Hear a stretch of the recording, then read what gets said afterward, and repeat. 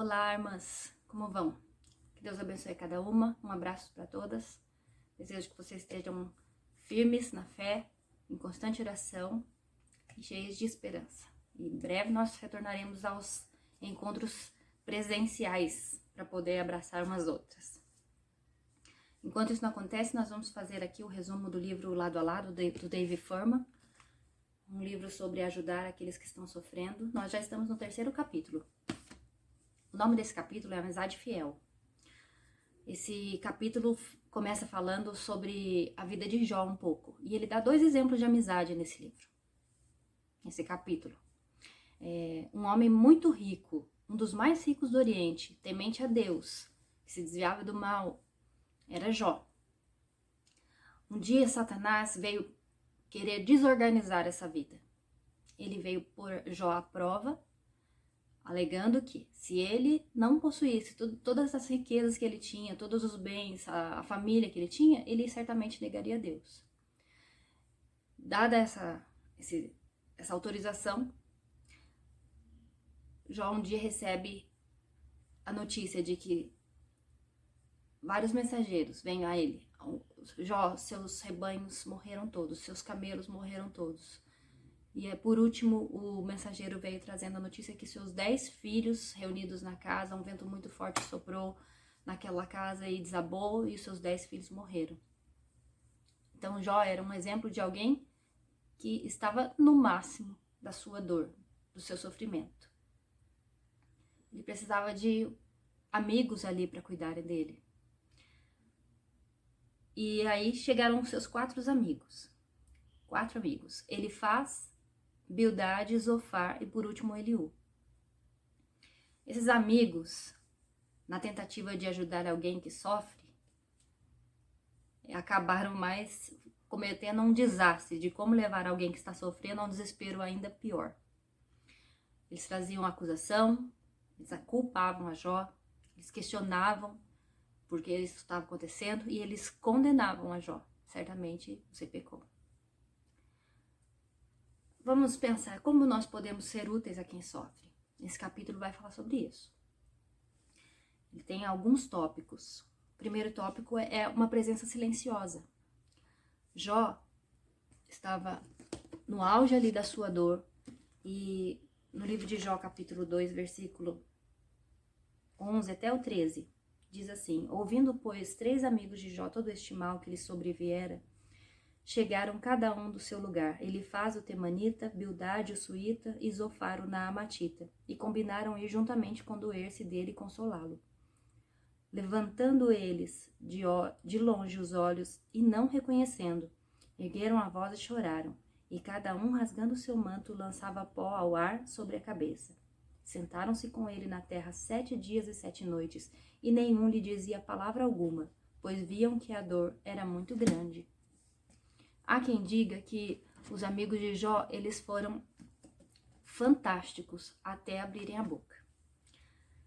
Dave conta o exemplo de um homem que perdeu 3 filhos em determinados momentos da vida. Esse homem, no momento de luto, ele recebeu ali um amigo no velório e esse amigo cristão ficou falando com ele sobre a vontade de Deus, sobre a ressurreição e falando, tentando consolá-lo, mas falando sem parar. E ele falou que não via a hora desse amigo ficar quietinho e ir embora para ele ficar ali calado, né? Ele estava sofrendo. Logo após chegou um outro amigo, o abraçou e sentiu com ele ali e ficou em silêncio por muito tempo. E só abriu a boca quando foi perguntado de alguma coisa. Quando esse segundo amigo foi embora, esse homem falou que ele gostaria que esse amigo tivesse ficado mais tempo ali com ele. Então, nem sempre a gente deve abrir a boca, mesmo que seja para falar nossos versículos preferidos ou versículos de consolo, porque a Bíblia não é um band-aid. Ouvir é realmente prestar atenção no que a pessoa que está sofrendo está querendo dizer. Quantas vezes nós ouvimos as pessoas e elas percebem isso e a gente não vê a hora da gente poder falar também. A gente só ouve para poder falar. Isso às vezes é falta de sabedoria. Dave também lembra de um amigo Ross que por vezes apenas sofria com ele, vendo-o gemer e chamava, o mais importante, chamava o mal que o Dave estava sofrendo de mal. Não floreava a dor, não tentava distraí-lo com outras coisas. Reconhecia ali a dor dele e chamava o mal de mal. Um outro tópico, verdadeira comunhão. Nós temos a verdadeira comunhão quando nós nos expomos. E às vezes, as pessoas que estão em sofrimento, elas não querem se sentir um paciente para os seus amigos. Elas querem ser incluídas na vida do seu amigo. E quando nós expomos as nossas fraquezas também para essas pessoas, elas se sentem ali iguais e participantes. E sente que essa amizade, ela é ela é recíproca. Então, o que nós temos que fazer? Demonstrar que nós também somos pecadores, que nós também temos problemas. Nós somos igualmente perdoados por Cristo. Quando nós revelamos que nós também somos pecadores, a gente destrói o orgulho. Provérbios 28:13 está escrito: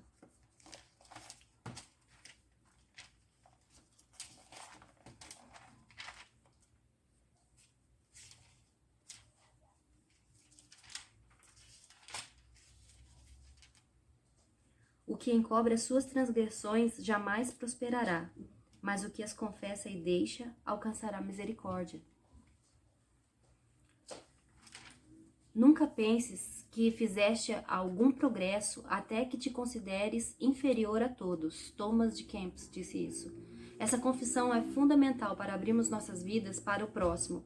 É uma abertura que você dá a seu amigo que sofre e ele também encontrará em sua sinceridade segurança para se abrir numa comunhão verdadeira e igualitária. Dave cita o amigo Jeremy, que o auxiliava na plantação da igreja, e de como que o Jeremy buscava o David também para se abrir, para conversar, para confessar suas fraquezas. E como ele via essa luta do Jeremy contra o pecado, o David também, que estava lutando contra seu próprio egoísmo ali na sua dor, ele se sentia encorajado a fazer o mesmo. Ele encontrava abertura nisso. Então a verdadeira comunhão é essa, de sermos iguais. Apesar das pessoas que sofrem estarem numa outra posição de sofrimento, nós continuamos iguais.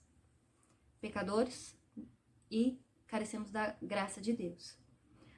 Outro tópico, amizade leal. Provérbios 18:24. O homem que tem muitos amigos sai perdendo, mas há amigo mais chegado do que um irmão. Lealdade, amizade leal. O David conta que quando alguém passa por uma perda, uma lesão, uma doença, no começo, muitas pessoas aparecem querendo ajudar. Muitos amigos. Todo mundo se condói de quem está sofrendo. Porém, com a permanência dessa dor, com o passar desse tempo, as amizades muitas vezes são negligenciadas. E os que sofrem ficam esquecidos. Então, as boas memórias que os nossos amigos têm de nossos passeios no parque, isso não demonstra uma verdadeira amizade. A verdadeira amizade é provada na dor, no sofrimento.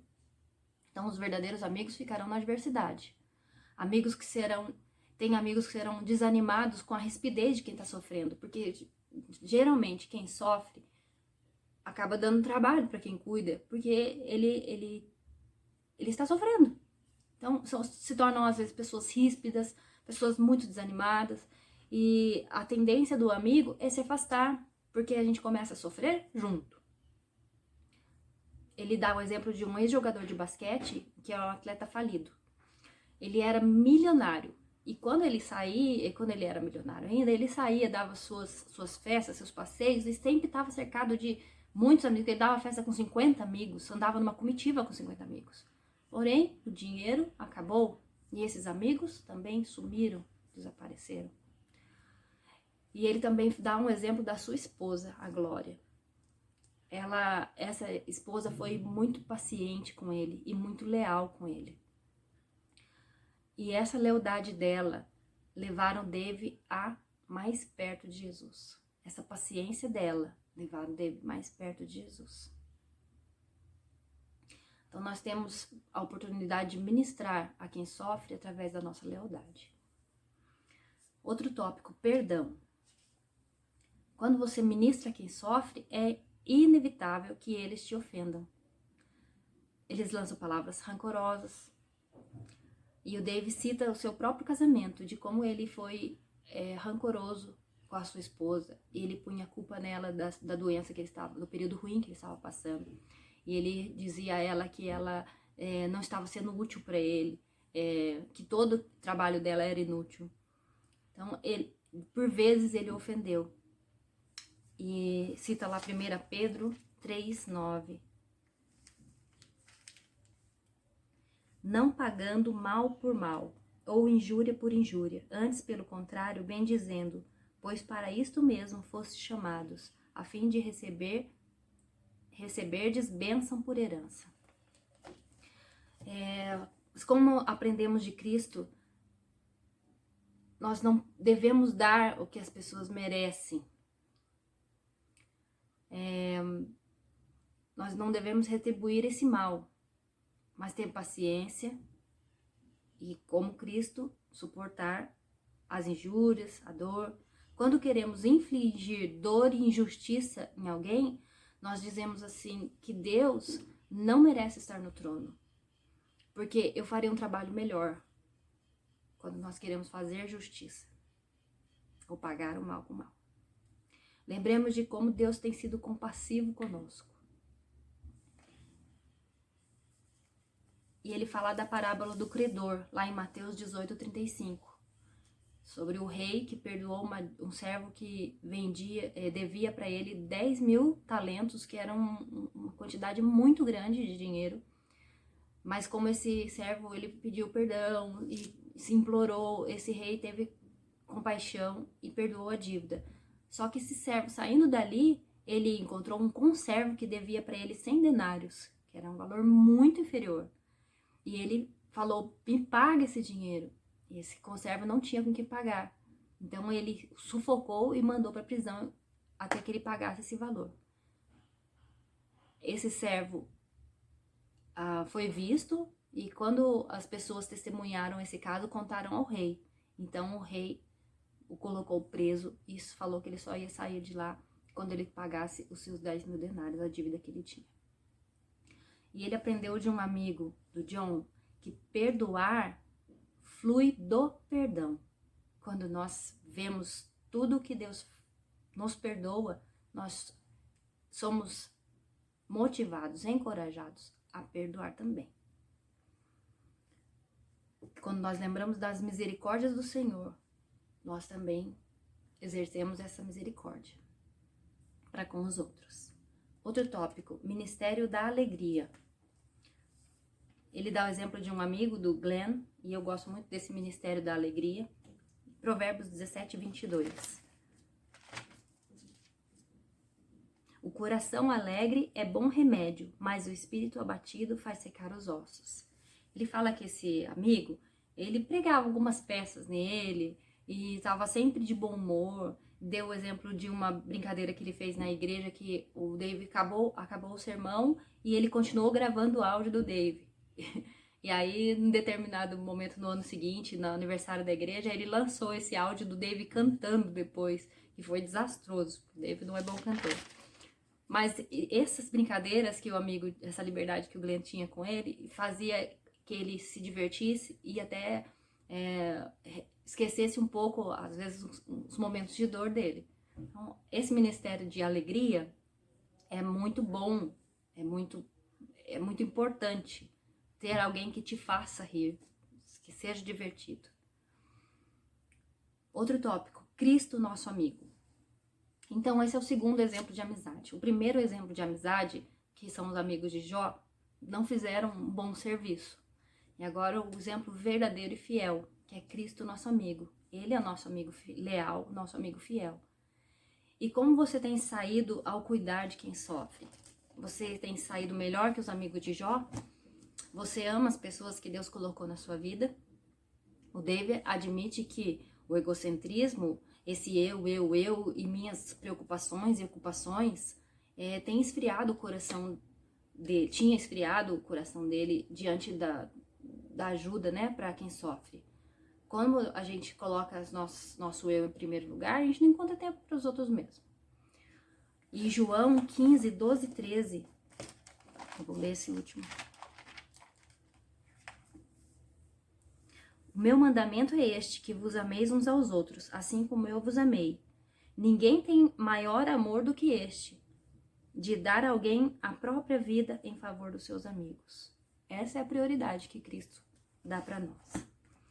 E nos dá exemplo de como amar e como se renunciar.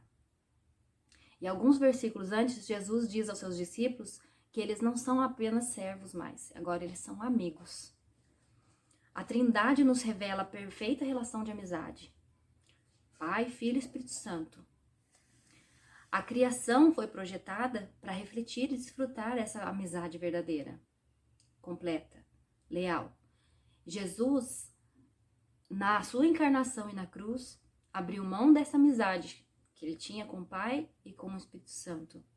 E desceu, se encarnou, para fazer de nós que éramos inimigos de Deus, novamente, amigos de Deus. Nós que traímos a Ele e buscamos tesouros terrenos o tempo todo, nós somos o tempo todo por Ele perdoados. A cruz nos chama à comunhão com Cristo. Nós temos essa verdade arraigada, quando nós temos essa verdade arraigada no nosso coração, de que Cristo se fez inimigo de Deus para que nós fôssemos amigos novamente, nós somos libertos para amar e cuidar de alguém que até nos despreza. Tudo por amor de Cristo, pois a amizade dele, que foi abandonado e rejeitado, para nos aproximar de Deus, nos anima a fazer o mesmo pelos nossos irmãos. Cristo é nosso amigo leal. Um abraço a todas. Fiquem com Deus.